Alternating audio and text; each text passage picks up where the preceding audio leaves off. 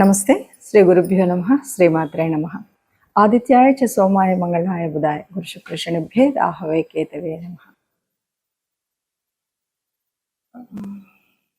ప్రేక్షకులందరికీ నమస్కారం. ప్రతి మాసం లాగానే మాస ఫలితాల్లో ముఖ్యంగా మే నెల 2026 గాను మాస ఫలితాలని చూద్దాం. ఈ మాస ఫలితాల్లో అసలు ముందుగా గ్రహస్థితి ఎలా ఉంది, మే నెలకు ఉండేటువంటి ప్రత్యేకత ఏంటి అని ఆలోచిస్తే కనుక, మే నెలలో ముఖ్యంగా మే నెల ఎప్పుడు ప్రారంభమవుతుంది అంటే, ఈసారి వైశాఖ పౌర్ణమి నుండి జ్యేష్ఠ పౌర్ణమి మధ్యలో ఉండేటువంటి కాలం మే నెలగా వస్తుంది. ఇది ఒక విశేషమైతే, ఇక రెండవది ఇందులో కత్తెర్లు అంటాం కదా, ఆ కార్తీ రావడం అంటే సూర్యుడు కృత్తికా నక్షత్రంతో కలిసి ఉండడం అనేటువంటిది. ఇది ముఖ్యంగా కత్తెర్లు అని ఎందుకు చెప్పుకోవాలి అంటే, ఈ సమయంలో చేయవలసినటువంటి శుభకార్యాలు చాలా వరకు చేయకుండా ఉండడం అనేటువంటిది చేస్తుంటాం కాబట్టి ఈ మాసంలో ఇది ఉంటుంది. అంతేకాకుండా మనకు ముఖ్యమైనటువంటిది హనుమత్ జయంతి, అంటే 2 సార్లు చేస్తూ ఉంటారు. ఏప్రిల్ మాసంలో చేసేటువంటిది అయితే మనకి విజయయాత్ర కింద, మే మాసంలో వచ్చేటువంటి అది హనుమత్ జయంతి కింద మనం చెప్పుకుంటూ ఉంటాం. సో ఈ ప్రత్యేకతతో మొదలయ్యేటువంటి ఈ మాసంలో మరి గ్రహస్థితి ఎలా ఉందో చూద్దాం. గ్రహస్థితి ముఖ్యంగా పెద్ద గ్రహాలు ఎలాగో అదే స్థితిలో ఉన్నాయి, కానీ మారేటువంటి గ్రహాలు కనుక మనం చూసినట్లయితే కుజుడు మనకి మారుతున్నటువంటి సమయం 11వ తారీఖు కుజుడు మారుతాడు. ఇక రవి బుధులిద్దరూ కూడా మనకి 15వ తారీఖు మార్పు కనబడుతుంది. అంటే మేషము నుండి మనకి వృషభంలోకి వెళ్ళేటువంటి స్థితి కనబడుతుంది. ఇక శుక్రుడు దాదాపు 20వ తారీఖు నుండి ఇక్కడే ఉన్నటువంటి శుక్రుడు తదుపరి మనకి చెప్పాలి అంటే 7వ తారీఖు శుక్రుడు మారిపోతాడు. ఇది మనకి కనిపించేటువంటి గ్రహాల్లో ఉండేటువంటి మార్పు. మిగతా గ్రహాలు ఎలాగో చాలా శుక్రుడు, శని, పెద్ద గ్రహం కేతువు, రాహు, వీళ్ళల్లో ఏ మార్పు అయితే లేదు, గురువు. సరే, ఇలా ఉన్నటువంటి పరిస్థితుల్లో మరి ఒక్కొక్క రాశికి 12 రాశులకు ఫలితం ఎలా ఉంటుంది అంటే చిన్న చిన్న మార్పులే ఉన్నప్పటికీ, నిన్న మొన్ననే మనకి గ్రహ కూటమి ఇలాంటివి మార్పులు జరిగినప్పటికీ ఏ మాసానికి ఆ మాసానికి మనం చూసుకుంటూ ఉన్నటువంటి పరిస్థితులలో ఈ మాసంలో వచ్చేటువంటి అంటే ఒక విద్య కానీ, వివాహంలో కానీ, లేదు పెట్టుబడులు పెట్టేటువంటి విషయంలో కానీ ఎలాంటి మార్పులు ఉంటాయి, మనం ఏం చేస్తే, ఏ గ్రహ అనుగ్రహం పొందితే, ఏ దైవానుగ్రహం పొందితే మనకి ఏ కష్టం లేకుండా ఉంటుందో చూద్దాం. వృషభ రాశి వారికి మే మాసంలో ఎలా ఉంటుంది? ముఖ్యంగా మొదటి పక్షం అయితే ఎలా ఉంది, రెండవ పక్షం అయితే ఎలా ఉంది?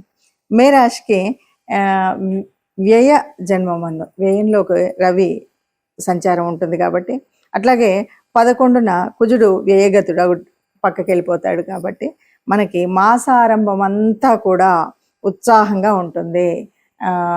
దాదాపు చెప్పాలంటే మొదటి పక్షం అంతా కూడా చాలా ఆనందంతో ఏ చేసినా చేయగలుగుతాము అనేటువంటి ఒక చక్కటి ఉత్సాహము, ఇదంతా ఉత్తేజము, ఇవన్నీ కనిపిస్తూ ఉంటాయి. ఇక 11 నుండి ఎట్లా ఉంటుందంటే రెండవ పక్షంలోకి వచ్చేసరికి కాస్త ఇక దగ్గరికి వస్తుంది. రెండవ పక్షం అనేటప్పటికే నీకు శ్రమ అనేది, ఏ పని చేసినా అలసిపోవడం అనేది, ఇవన్నీ కూడా మనకు కనిపిస్తూ ఉంటాయి.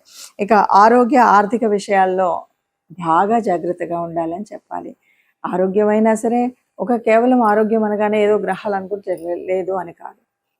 ఎటు చూసినా ఎండాకాలం, దీనిలో ఉండేటువంటి అనారోగ్య పరిస్థితులు మామూలుగా ఉన్నటువంటి వాళ్ళకు, గ్రహం ఎలా ఉన్నప్పుడు వాళ్ళకు కూడా ఉండేటువంటి స్థితి. ఇందులో గ్రహాలు కొంచెంగా మనకు అనుకూలించినప్పుడు మరికొంత ఉంటుంది. అలాగే ఆర్థిక వ్యవస్థ కూడా, ఆరోగ్యం చెడినప్పుడు ఆర్థిక వ్యవస్థ ఇబ్బంది పెడుతుంది. అలాగే కాకుండా తప్పుడు ఆలోచనలు చేసినప్పుడు కూడా ఆర్థిక వ్యవస్థ ఉంటుంది. మనకు అవసరం ఉండదు, అయినా కూడా దాన్ని కొనుగోలు చేయాలి అనేటువంటి ఒక ఆలోచన వస్తుంది. దీంతో మనం అనవసరంగా ఆ డబ్బుని వృధా చేయడం, కొన్ని అర్థం లేనటువంటి విషయాల్లో డబ్బును ఖర్చు పెట్టడం అనేటువంటిది ఈ సమయంలో కనిపిస్తుంది. కాబట్టి ఈ విషయాల్లో జాగ్రత్తగా ఉండడమే కాకుండా ముఖ్యంగా విద్యార్థులు ఉన్నత విద్య పొందడం కోసం, ఉద్యోగాలు ఏర్పరచడం కోసం, వీటన్నిటి కోసం కూడా అనుకూలమైనటువంటి సమయం. ఎవరైనా సరే ఇప్పుడు అన్నీ కూడా రిజల్ట్స్ టైం కాబట్టి దీని తర్వాత ఉన్నత విద్యకు వెళ్ళాలి అంటే కొంచెం అనువైనటువంటి చక్కటి మంచి పేరున్నటువంటి సంస్థల్లో సీట్లు రావడం కానీ, మన అవకాశాన్ని బట్టి చక్కగా మనకు అనువైనటువంటి స్థలాల్లో కానీ ఉన్నత విద్య కోసం ప్రయత్నాలు జరిగినప్పుడు బాగుంటుంది. అలాగే ఉద్యోగాలకు సిద్ధంగా ఉన్నటువంటి వాళ్ళకు కూడా ఉద్యోగాలు పొందేటువంటి అవకాశం, మంచి ఛాన్సెస్ వస్తాయి అంటారు కదా, అలాంటివి ఉంటాయి. ఇక ఇల్లంతా కూడా చెప్పాలంటే ఏదో రకంగా మనకు మొదటి పక్షం అంతా ఉండే ఆనందం అంతా కూడా ఒక మంచి శుభకార్యం చేసినట్టుగాను, లేదు అంటే ఒక విందు వినోదం శోభాయమానంగా ఉంటుంది. సెలవులు కాబట్టి బంధువులు రావడం ఏదో రకంగా కూడా ఆనంద ఉత్సాహాలతో హాయిగా ఉంటుంది. ఇంకా ఎవరైనా విదేశాలకు వెళ్ళాలి అనుకునేటువంటి వాళ్ళు ఉన్నట్టయితే వాళ్ళకి ఈ విదేశీ యానం బాగా ఫలిస్తుంది అని చెప్పొచ్చు. అంటే దానికోసం ప్రయత్నం చేస్తే కనుక విజయవంతం అయ్యేటువంటి అవకాశం ఉంది. మొత్తంగా చెప్పాలి అంటే మొదటి పక్షం అద్భుతంగా ఉంటుంది, ఆనందంతో ఉంటుంది, ఉత్సాహంతో ఉంటుంది. రెండో పక్షంలో కొద్దిగా ఉత్సాహం తగ్గుతుంది, కొంచెం అనుకున్నది కాకుండా కొద్దిగా నీరసం లాంటిది రావడం, అబ్బా చేద్దాంలే అనేటువంటి స్థితి రావడం అనేది కనిపిస్తూ ఉంటుంది. ప్రత్యేకంగా కనుక మనం చూసినట్టయితే ఈ మాసంలో మనం ఫలితాలన్నీ కూడా కొన్ని రాశులకు చాలా కొన్ని రాశులు అంటే అందరికి వేయలేం కదా. ఈ మాసంలో మనం చూసినటువంటి ఫలితాలను కనుక చూసినట్టయితే గ్రహ సంచారం వల్ల అంటే మారుతున్నటువంటి 4 గ్రహాల మూలంగా జరిగేటువంటి పరిస్థితి. ఏది ఏమైనా మనం ఏం చెప్పొచ్చు అంటే ఇది గోచార ఫలితాలు. మనం చెప్తున్నటువంటిది గోచార ఫలితాలు. జన్మజాతకంలో ఉండేటువంటి దానికి గోచార ఫలితానికి తేడా ఉంటుంది తప్పనిసరిగా. ఎందుకంటే జన్మకుండల్లో మనకు అప్పటికే ఉన్నటువంటి నడుస్తున్నటువంటి దశ అంతర్దశలు ఎలా ఉన్నాయి, ఇప్పుడు ఉన్నటువంటి పరిస్థితి ఏంటి అన్నది తెలియచ్చు. ఇది కేవలం గోచారం అంటే కోటాను కోట్ల మందిలో కొంతమందికి మాత్రమే, అంటే ఒక 30% ఆఫ్ ద పీపుల్కి ఇది ఎగ్జాక్ట్గా కరెక్టే ఉంది అనిపిస్తుంది. ఇక మిగతాది ఎందుకంటే మన జన్మకుండల్లో ఉన్నటువంటి గ్రహాలను బట్టి ఉంటుంది. ఇది ఒకటి ముందుగా మనం గ్రహించాలి. ఇక రెండవది, ఇప్పుడున్నటువంటి పరిస్థితుల్లో ముఖ్యంగా ఈ మాసంలో మనకి ఏ గోచార ఫలితం ఎంత అంటే మనం అనుకున్నటువంటి పరిస్థితుల్లో ముందుకు వెళ్ళనివ్వట్లేదన్నా, అనుకున్నది ఇంకా బాగా జరగాలన్నా తప్పనిసరిగా దైవానుగ్రహం కావాలి, గ్రహం కావాలి. అయితే ఈ మాసంలో మనకి హనుమత్ జయంతి ఉంది కాబట్టి ఈ మాసం అంతా కూడా రాముణ్ణి పూజించడం కానీ, హనుమంతుడిని ప్రార్థించడం కానీ, ఎందుకంటే హనుమంతుడిని హనుమత్ చాలీసా చదవడం కానీ ఇలాంటివి కనుక చేసినట్టయితే తప్పకుండా రాముల వారి కృప ఉంటుంది అని చెప్పొచ్చు. ఇంకా ముఖ్యంగా ఏదైనా సరే కీడు చెడు ఇలాంటివి జరుగుతున్నాయి అన్న టైంలో మనం తప్పనిసరిగా హనుమత్ ఆలయానికి వెళ్ళడం అనేటువంటిది ముఖ్యమైనది. కాబట్టి మనం ఇచ్చేసి వీలైన వాళ్ళు మనం నవగ్రహాల దగ్గరికి వెళ్ళడము, లేదు అదే కాలేదు అంటే ఏదైనా మీకు తోచిన దాన ధర్మాలు చేసినట్టయితే, ఇవేవి నాకు తెలియదు ఏ గ్రహం వల్ల ఏది అని అనుకున్నట్టయితే, అలా కూడా కాలేదు అనుకుంటే తప్పనిసరిగా మీరు ఏదైనా గోశాలకు వెళ్ళి గోమాతకి మనం గనక గ్రాసం ఇచ్చినట్టయితే తప్పనిసరిగా ఇప్పుడు ఏవైతే అననుకూలంగా ఉన్నాయి అనుకున్నామో ఇవన్నీ కూడా అనుకూలంగా ఉండేటువంటి స్థితి మనకు వస్తుంది.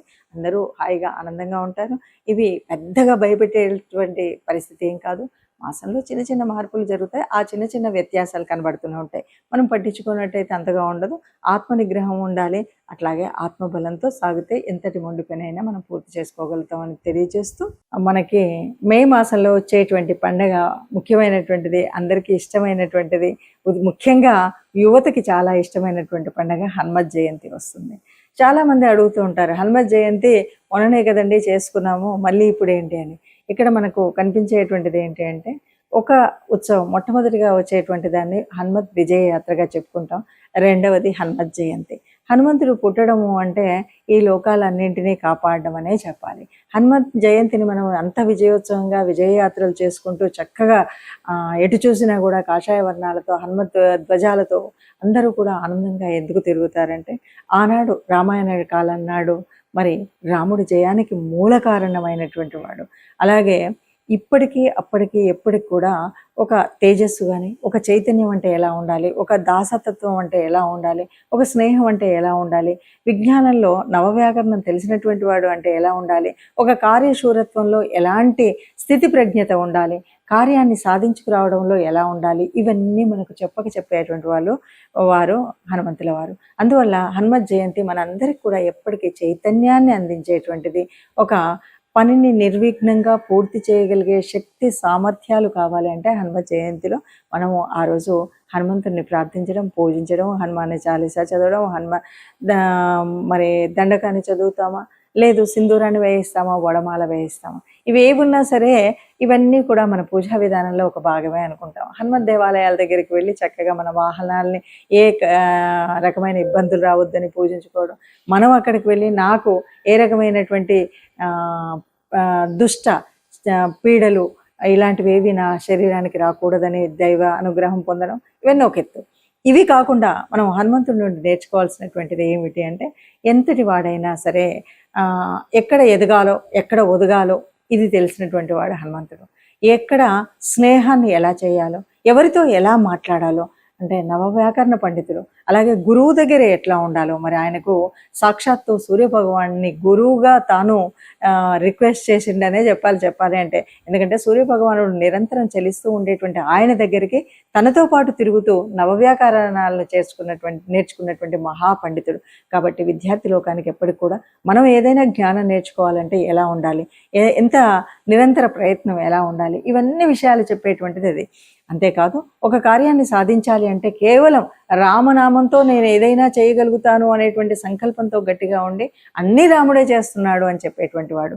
అలాగే లంకకు వెళ్ళినప్పుడు ఏం చేస్తాడు, అక్కడ ఉన్నటువంటి తన బల ప్రదర్శన జరిగిన తర్వాత రావణాసురుడు అడిగినప్పుడు తన బలం ఏంటి, నువ్వు ఇంత బలవంతుడు ఎక్కడి నుండి వచ్చావు ఏంటి అంటే, నేను చాలా ఆ రామయ్య దగ్గర ఉన్నటువంటి అంతమంది సైన్యంలో అతి బలహీనుని నేనే అని చెప్తాడు. ఇది కార్యశూరత్వం, అంటే ఒదిగి ఉండడం అనేటువంటి తత్వం. ఎక్కడ చూసినా కూడా నేను బలవంతుడిని అనేటువంటి గర్వం కాకుండా, నేను అందరిలో ఒకవాడిని, నేను సేవ చేయగలిగినటువంటి వాడిని, నేను సహాయం చేయగలిగినటువంటి వాడిని, నాకు అధికారం అక్కర్లేదు అన్నటువంటి వాడే. అందుకే కదా సుగ్రీవుడి తనకు ఒక రాజ్యాన్ని ఉండగలిగినటువంటి అయినప్పటికీ కూడా సుగ్రీవుడి దగ్గర మంత్రిగా పనిచేసినటువంటి వాడు. ఆ మంత్రిత్వం రాజుకి ఆ రాజ్యం లేని రోజు కూడా మంత్రిగా తన దగ్గరే ఉండిపోవడం, ఇది గొప్పనైనటువంటి లక్షణం. అలాగే ఏ కార్యం చేయాలన్నా, అంటే లంకాన్వేషణలో సీతాన్వేషణలో లంకకు వెళ్ళేటప్పుడు ఎన్నో అడ్డంకులు ఉన్నాయి. ఎక్కడికక్కడ ఎదిగినప్పుడు ఎదిగాడు, ఒదిగినప్పుడు ఒదిగాడు. అంతే తప్ప హాయిగా ఆహార వ్యవహారాల్లో నేను చాలా ఆనందపడుతూ ఉండొచ్చు అనేటువంటి పరిస్థితి కాకుండా, మైనాకుడు సాయం చేద్దామని వచ్చిన రోజు కూడా ఇప్పుడు కాదు, నేను కార్యం పూర్తయిన తర్వాత అంటూ చెప్పినటువంటి మహానుభావుడు. అందువల్ల హనుమత్ జయంతి అనేటువంటిది కేవలం ఒక ర్యాలీ చేసుకోవడానికి ఇంకో కాదు. హనుమంతుడు ఏ రకంగా తన ధర్మ రక్షణ కోసం రాముణ్ణి తన గుండెల్లో నిలుపుకున్నటువంటి భక్తుడుగా, రామ రాజ్యం కోసం పాటుపడినటువంటి ఒక సైనికుడిగా, సీతాన్వేషణలో తాను చేయవలసినటువంటి కార్యసాధకుడు ఎలా ఉండాలో అలాంటి కార్యసాధకుడుగా మనం ఆయన్ని ఆదర్శంగా తీసుకుంటే హనుమత్ జయంతిని చక్కటి పండగగా జరుపుకున్న వాళ్ళం అవుతాం.